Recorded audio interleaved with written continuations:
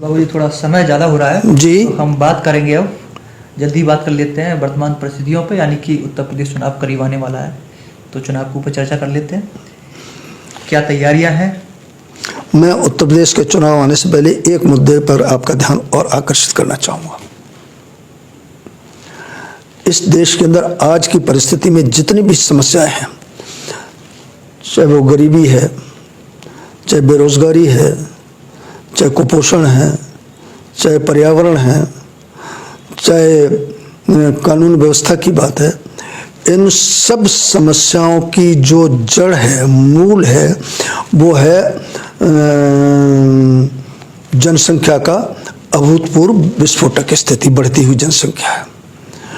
और देश को हमको यदि आर्थिक दृष्टि से, सामाजिक दृष्टि से, शैक्षणिक दृष्टि से, संस्कारों की दृष्टि से आगे बढ़ाना है तो जनसंख्या नियंत्रण कानून बनना अपरिहार्य है।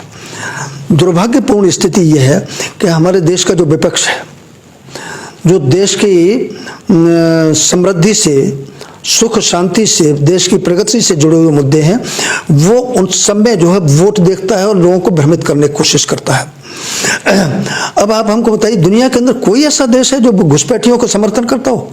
हमारा विपक्ष घुसपैठी, जो विदेशी घुसपैठी हमारे देश के अंदर आए हुए, जो हमारे देश की जो जनसांख्यिकी जो समीकरण है, इसको बिगाड़ रहे हैं। वो कहते हैं शरणार्थी है। वो शरणार्थी ये कोई धर्मशाला है? ये धर्मशाला नहीं है जो हमारे देश की नहीं, ये देखिए, ये तो यही तो बात है कि हम, जब हमारे देश के जो संसाधन है, विदेशी लोग आकर के हमसे लूटेंगे। हमारे देश के पास, हमारे देश के नागरिकों के पास ही हमारे पास संसाधनों की कमी है। विदेशी घुसपैठे दुनिया से कहीं से मारे पीटे जाएंगे कुछ, और सब हिंदुस्तान में आएंगे। दूसरे देश क्यों नहीं लेते? अभी अफगानिस्तान तो हम ले रहे हैं ना? नहीं, हम नहीं रहे। अफगानिस्तान से जब लोग भागे तो मुस्लिम देशों ने तो मना कर दिया कि हमारे देश के अंदर नहीं प्रवेश कर सकते। ठीक है, तो हम उसमें जब प्रतिबंध लगाएं तो सबके लिए लगाएं ना। उसमें ऐसा है, अब जैसे पाकिस्तान, अफगानिस्तान से आने वाले लोगों के ऊपर हमने प्रतिबंध लगाया। हमने कहा कि धार्मिक आधार के कारण से जिनका उत्पीड़न होता है उनको हम हिंदुस्तान में लाएंगे, और उनको उसमें धार्मिक उत्पीड़न होता है। पाकिस्तान की बात कर लो, ज़्यादा दूर जाने की जरूरत नहीं है। हिंदू पहले 22% था, आज केवल रह गया 2.5%। उसमें एक और रीजन है, ईस्ट पाकिस्तान का। वो ईस्ट पाकिस्तान का कारण नहीं है। तमाम हिंदू या तो नहीं, या तो धर्मांतरण हुआ जोर जबरदस्ती से, या वो भाग करके यहाँ पर आ गए। बहरहाल वहाँ पर 2-2.5% है, और हमारे यहाँ 6% था, वो हो गया 22%। कैसे हो गया? ये ऐसे ही हुआ। तमाम जो घुसपैठी आए और जो जनसंख्या वृद्धि का जो अभियान चल रहा है, उसके कारण से ये जो जिस दिन ये समीकरण बिगड़ जाएगा, उस दिन जो है हिंदुस्तान नहीं रहेगा। जनसंख्या वृद्धि को क्या कानून में, जो कानून की बात करी गई है, तो उस पर भी कई सवाल उठते हैं, जैसे कि किस तरीके से आप रोकेंगे? देखिए, मैंने अभी पिछले सत्र में मैं प्राइवेट मेंबर बिल जो है पेश किया था, लेकिन वो विपक्ष के हंगामे के कारण से नहीं उस पर चर्चा हो सकी। और मेरे प्राइवेट मेंबर बिल में मैंने ये मांग किया है कि, और ये जनसंख्या नियंत्रण की बात आज से नहीं चल रही है। 52 से जिसने देश में संविधान लागू हुआ, जब से आज़ाद हुआ, तब से ये बार जो है जनसंख्या नियंत्रित होनी चाहिए। भिन्न भिन्न अनेक प्रकार के परिवार नियोजन के कार्यक्रम चले, नसबंदी कार्यक्रम चले, लोगों को प्रोत्साहित करने के लिए कि भाई 30 बच्चा हो तो उसको 1500 रुपया दिया जाएगा, लेकिन वो सारे प्रयास खत्म हो गए। आज परिस्थिति ये बन गई है जनसंख्या की विस्फोट। हर जगह कहीं चले जाओ, कचहरी पे चले जाओ, अस्पताल में चले जाओ, रोड पे चले जाओ, हर जगह जाम ही जाम दिखाई देता है। आप किसी दुनिया के हिंदुस्तान किसी अस्पताल में चले जाता है, पूरा हिंदुस्तान बीमार है। अनेक प्रकार की जो बीमारियां फैल रही हैं, दिखाई दे रही हैं, जानलेवा बीमारी, वो केवल जनसंख्या के अंधाधुंध वृद्धि के कारण बन रही है। तो जनसंख्या नियंत्रित होना चाहिए, और इसके लिए हमारे देश में हमारे दो ये कानून बनना चाहिए। जो लोग इसका कानून का उल्लंघन करें उनको सरकारी सुविधाओं से पूरी तरीके से वंचित करना चाहिए, उनको सरकारी नौकरियों से बिल्कुल प्रतिबंधित करना चाहिए, और उनको छोटा बड़ा, चाहे वार्ड का चुनाव हो, चाहे प्रधानी का चुनाव हो, सारे चुनाव से प्रतिबंधित करना चाहिए। अपने देश के अंदर जहाँ अशिक्षा है वहाँ कहीं ना कहीं जनसंख्या ज़्यादा, ये मानते हैं जनसंख्या का फैक्टर मानते हैं आप? मानता हूँ। मतलब एजुकेशन एक फैक्टर है। तो जिस व्यक्ति को हम रोक देंगे कि वो नौकरी नहीं लगेगी उसकी और तमाम चीज़ों में उसे रोक देंगे, तो उसके बाद वो फ्री हो जाएगा। देखो ऐसा है, वो पहले ही पीछे पिछड़ा हुआ था, ऐसा है, ऐसा और है, पिछड़ जाएगा। ऐसा है। आखिर कोई तो व्यवस्था बनाओगे देश को चलाने के लिए। एजुकेशन दीजिए। नहीं, अब एजुकेशन तो हमने 7 वर्ष में तो हमने खराब कर नहीं दिया। ये सारी देन जितनी भी आज समस्याएं हैं उसकी जनक है कांग्रेस और कांग्रेस के अतिरिक्त जो क्षेत्रीय दल रहे उन्होंने। आज जो देश की जो मूलभूत समस्याएं हैं उनको एक एक करके मोदी जी की सरकार जो है हल कर रही है। अब लोग धारा 370 का कैसा भयानक, धारा 370 पूरे देश के अंदर एक पृथकता भाव पैदा कर रही थी। और लोग क्या कहते, धारा 370 समाप्त नहीं, लेकिन आदरणीय मोदी जी ने समाप्त कर दिया। क्या नाम है, 3 तलाक। करीबन 10 करोड़ महिलाएं नारकीय जीवन व्यतीत करती थी। उनको उनके ऊपर 3 तलाक की तलवार जो है हमेशा लटकती रहती थी कि पता नहीं शौहर जो है कब नाराज हो जाए। कहीं पानी लाने में देरी हो गई, किसी सब्जी में नमक डाले, उन्होंने 3 बार बोल दिया गुस्सा में आकर के, तलाक तलाक तलाक। मोदी जी ने उनको मुक्ति दिलाई उस नारकी जीवन से, उस गुलामी के जीवन से। देश के और जरूरी मुद्दे हैं। हाँ, नहीं, ये जरूरी मुद्दा है। बेरोजगारी, हमारी बात सुनो, ये मुद्दा आप गहराई में जाइए, जरूरी है। ये धारा 370 का महत्व नहीं है हटने का। देश की एकता अखंडता ये भी तो रहना जरूरी है। 10 करोड़ महिलाओं को हमने गुलामी की नाली से निकाल करके और उनको स्वतंत्रता से जीवन जीने का अधिकार दिया हमने। हम जैसे नारी सशक्तिकरण की बात करते हैं तो वो मुस्लिम समाज की महिलाएं वो नारी सशक्त नहीं होनी चाहिए? क्यों नहीं होनी चाहिए? हमारे यहाँ भी हिंदू समाज में अनेक प्रकार की विकृतियाँ थी, वो हिंदू समाज में उनको दूर किया है। हाँ, हम लोग जो बराबर, हमारी लड़कियां माताएं बहनें सब पढ़ाई लिखाई में नंबर 1 पर जा रही हैं। बाबू जी, हम बात करते हैं आइए यूपी चुनाव के ऊपर। क्या तैयारी है भारतीय जनता पार्टी की? देखिए, पहले तो आप इतना समझ लीजिएगा कि उत्तर प्रदेश के अंदर भारतीय जनता पार्टी की सरकार ने आदरणीय नरेंद्र मोदी जी के निर्देशन में, आदरणीय योगी जी के नेतृत्व में गांव में रहने वाला किसान, मजदूर, गरीब तबके के लोग इतना उनको मदद किया है कि जो पिछले 70-75 साल में कभी नहीं किया गया। और गरीब तबके का आदमी ये महसूस कर रहा है। अब गरीब तबका छोटा नहीं है। अभी आपने जब ये कोरोना काल आया हो तब ये सबको मालूम पड़ा कि 80 करोड़ लोग ऐसे हैं जिनके पास न रोजी है, न रोटी है, न रोजगार है। अब ये क्या नाम 7 वर्ष में मोदी जी तो नहीं कर दिया जो आप जो कुकर्म कर रहे थे उसका परिणाम आज देख लो। यदि ये कोरोना नहीं लगता तो लोगों को मालूम नहीं पड़ता कि गरीबों की इतनी संख्या है। तभी तो मोदी जी को लाया गया। मैं कह रहा तो मोदी जी का आपको ध्यान हो कि मोदी जी जब आए थे, पार्लियामेंट में प्रवेश किए थे, तो सबसे पहले उन्होंने कहा कि मेरी सरकार गांव के लिए, गरीब के लिए, किसान के लिए, बेरोजगार नौजवान के लिए, इनके लिए पूरी तरीके से समर्पित है। और गरीबों के लिए जितनी योजनाएं मोदी सरकार में लाई गई, चाहे वो गरीब महिलाओं को, आप ये छोटी मोटी बात समझते हो कि कंडे से, लकड़ी से जब रोटी बनाते तो कितनी तकलीफ होती थी, अनेक प्रकार के रोग होते थे, आंखों के आंसू निकलते थे, गर्मी का महीना हो, मई जून का महीना हो, क्या नाम है, आप फ्री आवास तमाम करोड़ महंगा हो गया। अब ये गिलास है, इस गिलास में यहाँ तक भरा हुआ है, इतना खाली है, तो ये भरा हुआ गिलास को देखिए पहले कि इतना तो भरा, अब जो खाली रह गया इसको भी भरेंगे। लेकिन दृष्टि 2 है।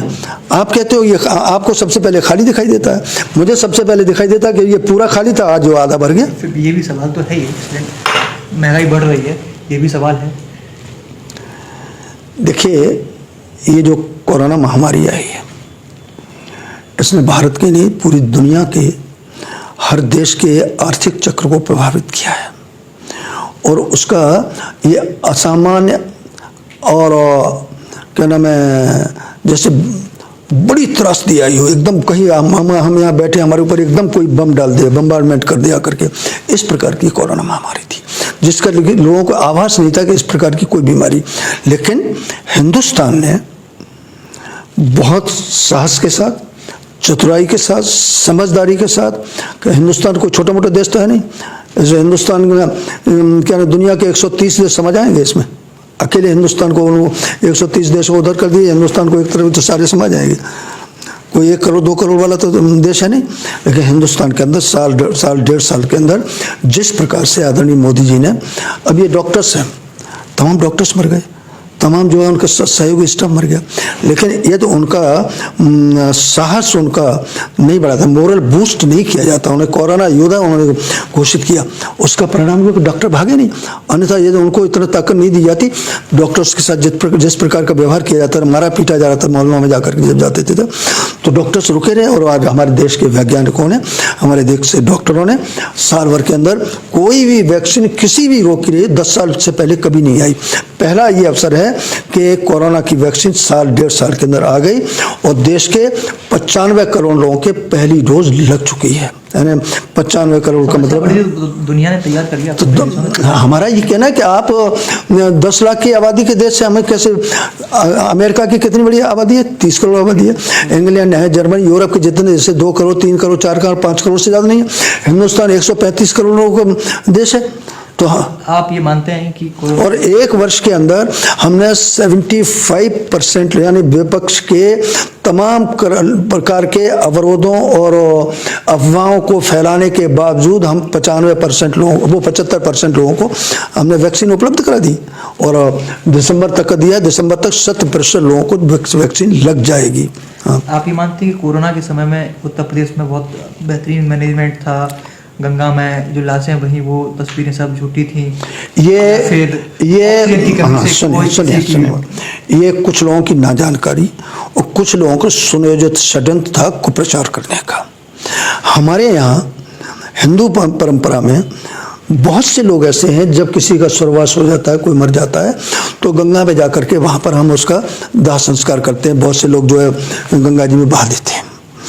उस काल में बिल्कुल वही बात थी, लेकिन लोगों ने उसको सब अलग प्रकार से प्रदर्शित किया। कुल मिलाकर के उत्तर प्रदेश के अंदर बेहतर मैनेजमेंट के आधार पर और सही रणनीति के आधार पर जिस प्रकार से कोरोना पर काबू किया गया, इसकी तो विदेश के बड़े बड़े लोगों ने जो है प्रशंसा किया है उत्तर प्रदेश मॉडल की। तो और देखिए, विपक्ष जो है पूरी तरीके से दिशाहीन है। विपक्ष का अपना कोई एजेंडा नहीं है। अब मैं आता हूँ, आपने अभी सवाल पूछा नहीं, मैं आ जाता हूँ किसान आंदोलन पे। जी, मैं पूछने वाला था। आप खीरी में रहे, आपने खीरी में आरएसएस का काम संभाला। मैं खीरी पे सवाल, मैं खीरी पे बाद में बात करूंगा। मैं पूरे किसान आंदोलन की बात करता हूँ। सवाल ये, किसान की परिभाषा क्या है? आपके गांव में रहने वाला, गींगना आपका गांव है, वहाँ किसान है।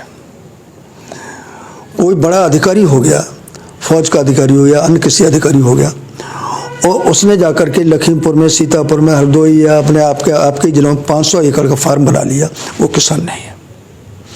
ये जो पंजाब हरियाणा से जो किसान आंदोलन शुरू किया है, 44 या 40 वो किसान नेता है, उसमें 2-4 को छोड़ दिए, सब ऐसे लोग हैं जो किसी पॉलिटिकल पार्टी से जुड़े रहे हैं, जिन्होंने चुनाव लड़े हैं। अब मैं टिकैत साहब की बात करता हूँ। टिकैत क्या मानना है? जो आंदोलन कर रहे हैं वो किसान नहीं है? वो किसान, आप समझिए, वहाँ के पंजाब के किसान और उत्तर प्रदेश के किसान और बाकी शेष देश के किसान में बड़ा भारी अंतर है। देश के अंदर 90% किसान हैं, 10% जो है बड़े बड़े राजनेता, बड़े बड़े अधिकारी, बड़े बड़े जमींदार, वो किसान हैं। सरकार ने इतने दौर की जो वार्ता की थी, वो किसानों से की थी कि बड़े बड़े? आप हमारी बात सुन लीजिए। हाँ, अभी आता हूँ मैं।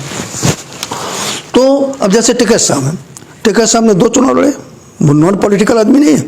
विधानसभा का चुनाव लड़ा उन्होंने, उसमें 2900 वोट मिले। लोकसभा का चुनाव मिला, उसमें 9200 वोट मिले उनको। और आप मान लीजिए कि आगे आने वाले चुनाव में इसमें जो जितने भी किसान नेता 40-42 हैं, उनमें से अधिकांश चुनाव लड़ने की तैयारी कर रहा है। दूसरे, सरकार ने ये बार बार ये कहा कि आप आइए और हम बिलों पे एक एक बिंदु आप बताइए कि भाई ये बिंदु गलत है, उस पर चर्चा करने की तैयारी नहीं है। अब किसान नेता आए तो वो कहते हैं कि वो दृश्य मैंने खुद कंडीशन लगा दी जाती है। नहीं, कंडीशन कुछ नहीं है, कानून वापस नहीं होंगे। नहीं कंडीशन हाँ, कानून वापस नहीं। ऐसे तो आप कोई भी मुट्ठी भर लोग जो है 10,000 50,000 60,000 लोग इकट्ठे हो जाएंगे, कोई कानून बनने नहीं देंगे। हमने जो कानून लाए हैं वो हम लाए हैं देश के अंदर जो 85 से लेकर 90% वास्तव में किसान है, छोटे किसान है, मध्यम वर्गीय किसान है, सम सीमांत किसान है, उनके लिए कानून लाए हैं। जिनके पास 2 बीघा जमीन है, 4 बीघा जमीन है, 10 बीघा, 15 बीघा, 1 एकड़ 2 एकड़ जमीन है, आप हमको बताइए। हमने ये कहा कि ये शुरू से किसानों की मांग रही कि खेती को बाजार से जोड़े बिना किसान कभी ताकतवर नहीं हो सकता। प्रतिबंध ये कांग्रेस सरकार और प्रदेश सरकारों ने लगा रखा था, विपक्षी जितनी सरकार है, कि आप मंडी से बाहर अपना गल्ला नहीं ले जा सकते, अपना माल नहीं ले जा सकते। झक मार करके हमको मंडी में बेचना पड़ता था, झक मार करके 8-8 10-10 दिन तक हमारा माल पड़ा रहता था और वो नहीं ले खरीदते थे। तो झक मार करके हम कहते थे अच्छा भाई जिस दामों में लेना है आप ले लीजिए। हम मंडी का जो एरिया उसे आज हमने ये छूट दे दी कि आप हिंदुस्तान के अंदर जहाँ बेहतर दाम मिले वहाँ इस माल को ले जाइए, वहाँ हमको बेचने की छूट मिलेगी, तो इसमें क्या आपत्ति है। अच्छा, अब देश का प्रधानमंत्री, पहले भी कानून नहीं था, कभी किसी ने नहीं कानून की मांग किया कि साहब MS मिनिमम जो सपोर्ट प्राइस है इसको कानून बनाइए, कभी नहीं। जिस दिन ये हो जाएगा उस दिन मार्केट खत्म हो जाएगा। मार्केट जिस दिन खत्म हो जाएगा उस दिन हिंदुस्तान की जो आर्थिक व्यवस्था है वो एकदम बैठ जाएगी। तो हमने एक विकल्प दे दिया किसान को कि आपको मंडी में क्या नाम है, आपको असुविधा है, आपका माल नहीं लिया जा रहा है, आपको सस्ते में लिया जा रहा है, तो बाहर कहीं पर भी आपको जो दाम ठीक दे रहा है उसके पास लीजिए जाके। उनका सवाल ही यही है। शुरुआत में तो वो कहते हैं कि शुरुआत में तो ये सारी चीज़ें बहुत बेहतर चलेंगी, लेकिन जैसे ही मंडी की व्यवस्था खत्म हो जाएगी, मंडी की व्यवस्था समाप्त हो जाएगी, कमजोर हो जाएगी, उसके बाद चीजें बदल जाएंगी। देश का प्रधानमंत्री पार्लियामेंट के अंदर, संसद के अंदर ये कह रहा है कि मंडियां खत्म नहीं होंगी। नहीं, MSP की गारंटी की बात करते हैं। नहीं, MSP 100% MSP पर अनाज कभी नहीं खरीदा गया है, ना सरकार कोई खरीद सकती है। ये MSP कब लागू हुआ था? चौधरी चरण सिंह के काल में लागू हुआ था, जब जनता पार्टी काल में, कि बहुत बार जो बड़े बड़े जो जमाखोर होते थे वो अनाज लेकर के बैठ जाते थे, अनाज की शॉर्टेज होती थी, अनाज रहता था लेकिन लोग भूखों मरते थे। उससे निपटने के लिए सरकार ने अपना भंडार बनाया, तो कहा कि भाई इतना परसेंट हम अपने भंडार बना रहे हैं और इतना हम खरीदेंगे, अपना 6% हो, 8%, 10%, इमरजेंसी के लिए कि देश में कोई ये हालत पैदा ना कर सके। और ये तो सरकार तैयार खड़ी रहे कि भाई ठीक है, नहीं है, हम ये अनाज देते हैं लोगों को, दिया हमने। अब अभी कोरोना काल में हम दे रहे हैं, उन्हीं भंडारों से निकला हुआ अनाज जो है 5 किलो प्रति व्यक्ति दे रहे हैं। कोई क्या नाम है, गरीब जो है हमने भूखों नहीं मरने दिया। तो ये अच्छा, दूसरे आप कहते काला कानून है, क्या काला है वो तो बताओगे? काला वो इसलिए एक और वजह बताते हैं कि पहले गोदाम बन गए, उसके बाद कानून बने। आपको स्मरण होगा जब अध्यादेश आया था उससे पहले देश भर के जितने किसान संगठन है, किसान नेताओं सबके साथ चर्चा हुई थी, किसान कृषि मंत्री की, वो बड़े बड़े जो कृषि विशेषज्ञ उनके साथ। उसके बाद वो अध्यादेश लाया गया, उनके विचारों को सुनने के बाद 2 साल पहले से इसके ऊपर काम हो रहा था। और जब अध्यादेश लाया हुआ तो महेंद्र सिंह टिकैत सबसे पहले व्यक्ति थे जिन्होंने उस अध्यादेश को स्वागत किया था और ये कहा था कि मेरे पिताजी ने जो राकेश टिकैत, हाँ, कि मेरे पिताजी ने जो आंदोलन शुरू किया था जिन मुद्दों को लेकर के, आज वो सपना साकार हुआ, ये दुनिया जानती है। लेकिन इस आंदोलन के पीछे जो आंदोलनकारी हैं वो किसान नहीं है, वो बड़े बड़े आड़तिये हैं, बड़े बड़े बिचौलिए हैं, और जिनको बड़े बड़े धन्ना सेठ हैं, तो और जिनको विदेशी फंडिंग हो रही है वो आंदोलन कर रहे हैं। मैं ये पूछता हूँ, पंजाब हरियाणा से नीचे तो किसान आंदोलन नहीं है, देश तो हिंदुस्तान तो बहुत बड़ा है, मुट्ठी भर लोग है। आप इस पर क्यों नहीं बोलते कि दिल्ली को चारों तरफ से घेर रखा है? 26 जनवरी को जो उन्होंने किया, कुकृत किया, दुनिया के अंदर हमारी जो देश की मान सम्मान और प्रतिष्ठा को नीचा किया। वहाँ क्या नाम है, खालिस्तानियों के नारे लगे, खालिस्तान, और उसकी तो ये राकेश टिकैत तो बाकी लोग जो आलोचना कभी आज तक नहीं किया। इस लाल किले की जो घटना थी वो छोटी मोटी घटना थोड़ी थी। नहीं, तो उसकी भी वजह बताते हैं कि ये सब नहीं, वजह नहीं बता, बदनाम करने की आंदोलन बदनाम क्या हम थोड़ी चढ़ गए, भाजपा के लोग थोड़ी चढ़ गए वहाँ पर। इनको तो आपने इकट्ठा किया था ना आंदोलनकारियों को, और ये वायदा किया था किसी प्रकार की अपनी घटना नहीं होगी, कैसे चढ़ गए? और क्यों नहीं आपने आलोचना किया, क्यों नहीं आपने ये बात कही कि इनको गिरफ्तार करो, इनके खिलाफ कार्रवाई करो? राकेश टिकैत ने किया। और फिर दूसरी बात मैं ये कहना चाहता हूँ कि मैं राकेश टिकैत भी आता हूँ, राकेश टिकैत के पास हजारों करोड़ की संपत्ति है। तो बाबूजी हम जल्दी समाप्त करेंगे, हमारा समय। उत्तर प्रदेश के अंदर भारतीय जनता पार्टी की सरकार बनेगी, और इसलिए बनेगी कि उत्तर प्रदेश के अंदर आदरणीय योगी जी के कार्यकाल में आम नागरिक की जिंदगी से जुड़े हुए सवाल जो हैं उनको, चाहे स्वास्थ्य सेवाएं हैं, चाहे गरीबों की समस्याएं हैं, उन सबको जो है हमने क्या नाम है बड़े सुनियोजित तरीके से हमने काम किया है। उत्तर प्रदेश की जनता भारतीय जनता पार्टी के साथ है। दूसरे जितने भी, चाहे समाजवादी पार्टी हो, चाहे कांग्रेस, 4.5 साल तो ये बिलों में घुसे हुए थे, 4.5 साल से तो कहीं दिखाई नहीं दिए। अब चुनाव आ गया तो सब दिखाई दे रहे हैं, कहीं किसी को अब तक सब राम जन्मभूमि मंदिर का विरोध करते थे, कृष्ण जन्मभूमि के नाम कृष्ण जन्मभूमि, हाँ एक मिनट, हम कृष्ण जन्मभूमि का नाम लेते थे तो कहते थे ये सांप्रदायिक बात है। मैं खुद पार्लियामेंट के सामने खड़े होकर जब मैं थोड़ा सा बोला तो तमाम लोगों ने, मैं सोशल मीडिया पे देखता था, पार्टियों के बड़े बड़े लोगों ने उसकी आलोचना किया कि ये सांप्रदायिकता फैलाना चाहते हैं। वो ये मानते हैं, लोग कहते हैं कि ऐसे मुद्दों से इनसे ज़्यादा हमारी प्राथमिकता होनी चाहिए रोटी, कपड़ा, मकान, शिक्षा, स्वास्थ्य, रोजगार। जब ऐसे मुद्दे राजनीति में आ जाते हैं तो कहीं ना कहीं इससे ये मुद्दे पीछे छूट जाते हैं। नहीं, ऐसा नहीं है कि भारतीय जनता पार्टी अन्य दलों से बिल्कुल भिन्न है। एक व्यक्ति की पार्टी नहीं, बाकी जितनी भी पार्टियां सब एक व्यक्ति की पार्टी है, परिवार की पार्टी। भारतीय जनता पार्टी परिवार की पार्टी नहीं, एक व्यक्ति की पार्टी नहीं है। कोई भी मुद्दे होते, सारे हम संपूर्ण समाज के जो भी मुद्दे हैं उनके हर मुद्दे पर हमारा चिंतन का एक दृष्टिकोण, एक नज़रिया है। चाहे गरीब की बात हो, चाहे किसान की बात हो, मजदूर की बात हो, उस पर भी हम काम कर रहे हैं।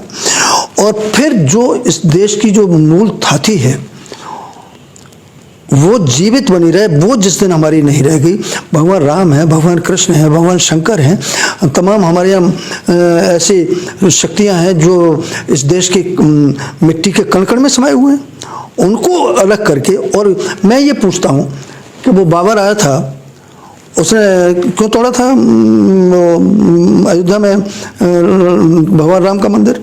कृष्ण जन्मभूमि पर क्यों तोड़ा गया था? सोमनाथ मंदिर क्यों तोड़ा गया था? तमाम हमारे देश के ये मंदिर वो तोड़ा गया था इसलिए कि इस देश के मूल निवासी के मनोबल को तोड़ने के लिए। इनकी जो आस्था का केंद्र है, जो इनको शक्ति ऊर्जा देने वाले जो केंद्र हैं, उनको जो श्रद्धा के जो केंद्र हैं, उनको नष्ट कर दो ताकि ये अपना इतिहास भूल जाए। हमको पढ़ाया गलत इतिहास हमेशा पढ़ाया गया। अकबर और महाराणा प्रताप दोनों महान कैसे हो सकते हैं? महाराज शिवाजी और औरंगजेब दोनों कैसे महान हो सकते हैं? ये वामपंथियों द्वारा, कांग्रेस के द्वारा एक गलत इतिहास पढ़ाया गया। हमने सरकार से मांग किया है कि इतिहास का पुनर्लेखन होना चाहिए, जो सत्य है वो आना चाहिए। तो इतिहास है नहीं, इतिहास माने सत्य, इतिहास सही आना चाहिए ना, तोड़ मरोड़ के तो नहीं आना चाहिए। मैं आपसे पूछ रहा हूँ, आप बताइए, आप बहुत विद्वान हैं, पढ़े लिखे हैं, आपकी काफ़ी जानकारी है। महाराणा प्रताप और अकबर दोनों महान कैसे हो जाएंगे? मैं फिर रिपीट कर रहा हूँ, दो योद्धा थे, दोनों योद्धा नहीं, दोनों नहीं। महाराणा प्रताप लड़े थे हिंदुस्तान की माटी के लिए, वो लड़ा था अपने राज्य को स्थापित करने के लिए, अपने लिए लड़ा था। वो इस देश के मान सम्मान और स्वाभिमान के लिए कुचलने के लिए लड़ रहा था। अकबर जो है क्या नाम है, औरंगजेब अपनी सत्ता को, उसने तो अपने बाप को जेल में डाल दिया था। महाराज शिवाजी इस देश की अस्मिता के लिए लड़ रहे थे। या देश के मान सम्मान स्वाभिमान कोई माने नहीं रखता है। हमारे देश का जो इतिहास है, हमारे जो सांस्कृतिक और परंपराएं हैं, ऐतिहासिक परंपराएं, उनको संरक्षण करने की जरूरत नहीं है। जो देश अपनी संस्कृति से कट जाएगा, जो देश अपने महापुरुषों से कट जाएगा, देश अपनी भाषा से कट जाएगा, जो देश अपनी देश की अपनी एकता अखंडता इसको अक्षुण्ण नहीं रख पाएगा, वो देश जो है दुनिया के नक्शे से समाप्त हो जाएगा। वो काम भारतीय जनता पार्टी कर रही है इस देश को बचाने के लिए। आप बताइए, वो पाकिस्तान के ऊपर एयर स्ट्राइक की गई, विपक्ष ने क्या कहा कि वो सेना के लोग गए और वैसे ही हथौड़े डाल के चले आए। पाकिस्तान बिलबिला रहा है और हमारे देश का विपक्ष कह रहा है अरे कुछ नहीं साहब, ये तो वैसे ही डाल के चले आए। सेना के ऊपर आप विश्वास नहीं करोगे, सर्वोच्च न्यायालय के पास आप विश्वास नहीं करोगे, सरकार के आप विश्वास नहीं करोगे, क्या नाम है, सीबीआई के ऊपर आप, जितने भी संवैधानिक व्यवस्थाएं हैं उन पर आप विश्वास नहीं करोगे तो देश चलेगा कैसे? देश को तोड़ने का षड्यंत्र चल रहा है। इसमें संपूर्ण विपक्ष जो है हम सम करेंगे कि बिस्मिल्लाह। यूपी में योगी जी की सरकार को कितने नंबर मिलेंगे, मतलब कितनी सीट्स मिलेंगी, कितना अनुमान है, कितनी तैयारी है कि कितनी सीट्स पाएंगे इस बार योगी जी? देखिए, टारगेट है भारतीय जनता पार्टी का। भारतीय जनता पार्टी दुनिया की सबसे बड़ी पार्टी है और भारतीय जनता पार्टी एक व्यक्ति की पार्टी नहीं है। हर बूथ पर हमारा कार्यकर्ता बूथ अध्यक्ष बैठा हुआ है और वो बूथ अध्यक्ष का सीधा सीधा राष्ट्रीय अध्यक्ष से संपर्क है, प्रदेश अध्यक्ष से संपर्क है। एक मिनट सुनिए। और भारतीय जनता पार्टी ने पिछले 7 वर्षों में, उत्तर प्रदेश में 5 साल में जो काम किया है, जनता हर वर्ग का, हर क्षेत्र का भारतीय जनता पार्टी को भरपूर समर्थन मिलेगा।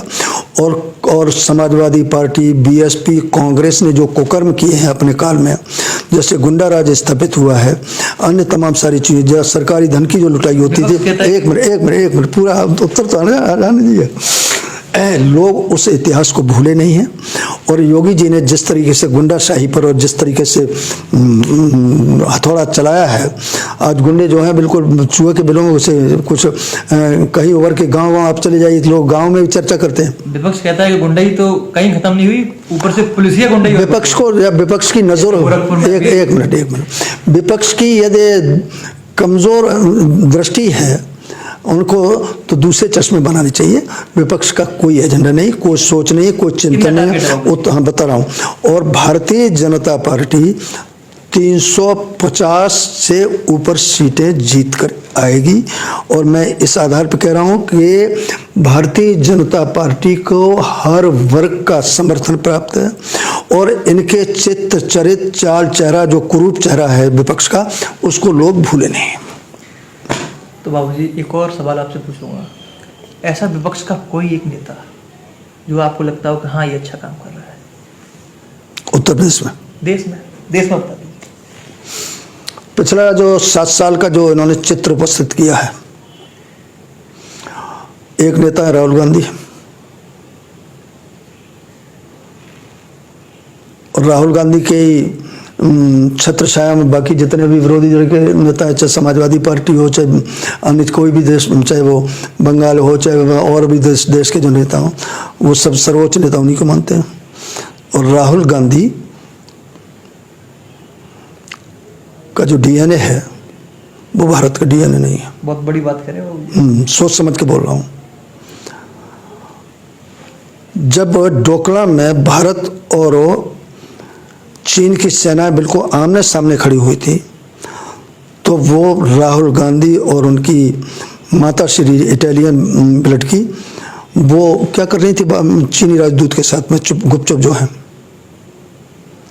पूरा देश डोकलाम पे पूरा ध्यान केंद्रित था और पिछले 7 वर्ष में कोई भी मुद्दा रहा हो, राहुल गांधी ने हमेशा, आप आतंकवादियों का समर्थन करोगे, क्या मतलब है? अभी वो तमाम ये लोग पकड़े गए, उनका आप समर्थन करते हो, गलत कामों जो पकड़े जाते हैं। वो आर्यन पकड़ा गया तो कहते हो कि ये मुसलमानों को ऊपर आक्रमण है। मुसलमान जो चोरी करेंगे, डकैती करेंगे, क्या नाम है, मादक पदार्थों का धंधा करें, उनके खिलाफ कार्रवाई नहीं होगी, इस देश जाएगा कहाँ पर? तो राहुल गांधी सबसे बड़े नेता हैं विपक्ष के, और उनके पास न चिंतन है कि देश को, मैं उनको जो उपाधियां दी गई उनको तो मैं बोलूँगा नहीं, वो मुझसे बहुत छोटे हैं।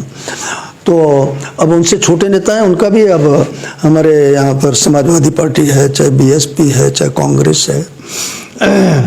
भाई लखीमपुर कांड हुआ, आपने लखीमपुर पर सवाल नहीं किया, लखीमपुर कांड हुआ, तत्काल प्रदेश के मुख्यमंत्री आदरणीय योगी जी ने कहा कि अपराधी जो भी होगा, दोषी जो हो, उसके खिलाफ कठोरतम कार्रवाई होगी।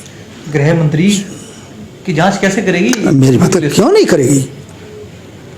ये गृहमंत्री कहते हैं कि पहले सैल्यूट कर। नहीं, राकेश टिकैत की बात छोड़ दिए। राकेश टिकैत को तो राकेश टिकैत से ये पूछिए कि राकेश टिकैत के पास फंडिंग कहाँ से हो रही है?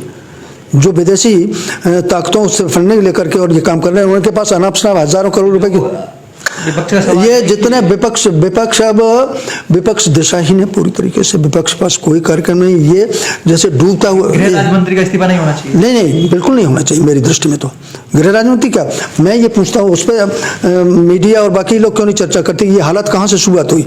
गृह राज्य मंत्री तो वहाँ का दंगल हो रहा था तिकोनिया के अंदर। तिकोनिया में गया हूँ, अनेक बार गया हूँ, बिल्कुल नेपाल से सटा हुआ स्थान है। और उसमें वो वहाँ पर थे, वो थे, उनका बेटा था और chief minister, deputy chief minister Shri Keshav Prasad Maurya उसमें चीफ गेस्ट थे।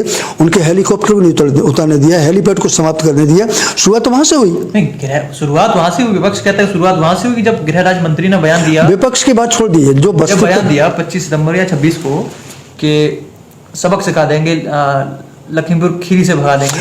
आप सबक पे मत जाइए। मैं ये कह रहा हूं कि जो आंदोलनकारी जिनको कहा जा रहा है, शांतिपूर्ण आंदोलन में तलवारें ले जाई जाएंगी, लाठी डंडा ले जाए जाएंगे। ये लाठी डंडा, इनकी चर्चा क्यों नहीं करते? आपने पीट पीट करके मार डाला जिन लोगों को, उनकी चर्चा किस विपक्ष के लोग क्यों नहीं करते? वो जो भी मरे हैं उन सबके, वो जो मरे हैं, जो अभी तक वीडियो आई है उसमें अभी तक ऐसा महसूस होता है कि किसान जो थे वो लगभग अपना विरोध दिखा रहे थे, झंडे दिखा रहे। उनके हाथ में क्या था? डंडे ले जाने की जरूरत? डंडे थे, लेकिन तलवारें ले जाने की जरूरत? गाड़ी आती है और गाड़ी चढ़ जाती है। आप मुझे आपके मुंह के शब्द मेरे मुंह में आप नहीं डाल सकते। मैं आपसे ये पूछ रहा हूं कि वहां पर जो कार्यक्रम हो रहा था, उस आयोजन को बर्बाद करने की क्यों कोशिश की गई? लाठी डंडा लेकर के, तलवारें लेकर क्यों गए? क्यों हेलीपैड तोड़ दिया? क्या मतलब है? आपने डिप्टी चीफ मिनिस्टर वहां पर चीफ गेस्ट होकर आने वाले थे। प्रशासन को कार्रवाई करनी चाहिए। प्रशासन, मैं ये कह रहा हूं, आप उसकी बात कहते क्यों नहीं? हमारे मीडिया के लोग, विपक्ष के लोग क्यों नहीं कहते कि भाई सत्य क्यों नहीं बोलते हो? दूसरे वो जो ड्राइवर है उसको पीट पीट कर उसका वीडियो नहीं कहा, उसी चर्चा करिए आप। नहीं, ठीक है, वो गलत है, लेकिन जो उस वीडियो को देख जो भाजपा के कार्य, जो घटना मेरी बात सुनिए, शुरुआत तो इन्होंने किया। मुझे वो जांच का विषय है, इसलिए उस पर कुछ बोलना मेरा मुनासिब नहीं है। और उनका गृह राज्य मंत्री जी का बेटा जो है गिरफ्तार हो गया, वो जांच का विषय है। उसके बारे में जो दूध का दूध, पानी का पानी, जो कुछ होगा वो निकल करके आएगा। लेकिन आज तक किसी विपक्ष के नेता ने यह नहीं कहा कि शांतिपूर्ण आंदोलन में तलवारें क्यों आई, लाठी डंडे क्यों आए, और उस जो 3 भाजपा के कार्यकर्ता और ड्राइवर को पीट पीट करके मार डाला। दुनिया देखा है वो भी वीडियो आए, उनकी भी तो चर्चा करिए। किस निर्दयता के साथ किया है वो गलत है, उसकी निंदा। हमारा ये कहना किसी नेता ने नहीं कहा, आपकी बात नहीं कर रहा हूं मैं, किसी विपक्ष, ना ही अखिलेश यादव ने कहा, ना ही वो मैडम जो है महारानी, क्या नाम है वो, बाड्रा साहब, वो आज हम सबसे बड़ी तो भाजपा की एक उपलब्धि और मानते हैं, आरएसएस की उपलब्धि मानते हैं कि जिन लोगों को राम मंदिर से, कृष्ण मंदिर से, अन्य धार्मिक स्थानों से चिढ़ थी, जिनको कहते थे ये सांप्रदायिकता फैलाना है, यदि भगवान राम की बात करोगे, वो मंदिर मंदिर घूम रहे हैं। और ये चुनावी दौर है, केवल चुनाव तब तक मंदिर मंदिर घूम रहे हैं। लेकिन इसके बाद भी चलो भगवान दरवाजा वही खोले थे। सुनो भगवान के सुनो गांधी जी, मैं राजीव को उधर की बात नहीं करी, इधर के 7-8-10 साल की बात करिए। हाँ, तो वो हमारे नेताजी तो अगर हमसे बहुत बड़े हैं, हम उनका बहुत सम्मान करते हैं। उन्होंने कहा जब मंदिर बनाने के लिए आंदोलन चल रहा था, उन्होंने कहा यहाँ पर चिड़िया नहीं फटक सकती, 16 लोग मरवा दिए, इसका जिम्मेदार कौन है? अखिलेश जी कभी अब कैसे मंदिर जा रहे हैं? अब कब जा रहे हैं? ये अच्छी बात है, पूरे देश के लोग मंदिरों में जाएं, श्रद्धा से सिर नवाएं, कुछ वहाँ से मंदिरों से ग्रहण करें, धार्मिक स्थानों से। हम तो ये चाहते हैं, और ये भारतीय जनता पार्टी और राष्ट्रीय स्वयंसेवक संघ की सबसे बड़ी उपलब्धि है कि जो मंदिरों से चिढ़ रखते थे, भले ही वो चुनावी दौरान चुनाव के समय ही जा रहे हैं, चुनाव के समय ही उनको भगवान याद आते हैं, लेकिन चलो याद आना तो शुरू हुए। और जब हम ख़त्म करते हैं तो मेरा आखिरी सवाल मैं पूछता हूँ कि हमारे चैनल मुलाकात और ज़मीनी खबर के साथ आपका अनुभव कैसा रहा? देखिए, मुझे जब ये मालूम पड़ा कि आपने चैनल मुलाकात शुरू किया है, तो मुझे अंतर्मन से बहुत प्रसन्नता हुई। मैं आप छोटे से तब से जानता हूँ, आपके पिताजी से मेरी मित्रता थी, और मैंने आपके पिताजी से कहा था कि ये बालक जो है बहुत इंटेलिजेंट है और इसको सही दिशा दीजिए, कहीं इधर उधर भटक न जाए।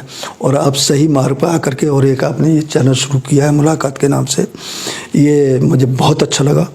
और फिर आपने जिस तरीके से इस मुलाकात में और सवाल जवाब किए, जितनी चतुराई से, समझदारी से, ये मुझे बहुत अच्छा लगा। और मैं परमपिता परमेश्वर से प्रार्थना करता हूँ, कामना करता हूँ कि आप जिस क्षेत्र में आप शुरुआत किया है, आप ऊंचाई जाए और इतनी ऊंचाई तक जाएं कि उस ऊंचाई के आगे कोई दूसरी ऊंचाई न मिले। धन्यवाद बाबूजी। तो हम कार्यक्रम को ख़त्म करते हैं। तो हमारे कई सवाल थे और बाबूजी ने काफ़ी गंभीरता से और काफ़ी प्यार से, कैजुअल होकर सारी चीज़ों के ईमानदारी से जवाब दिए। तो हमारे इस कार्यक्रम को देखने के लिए फेसबुक पर आप मुलाकात पर जाइए और हमारा यूट्यूब पर प्लेटफॉर्म है ज़मीनी खबर, तो ज़मीनी खबर शेयर जरूर करें। धन्यवाद।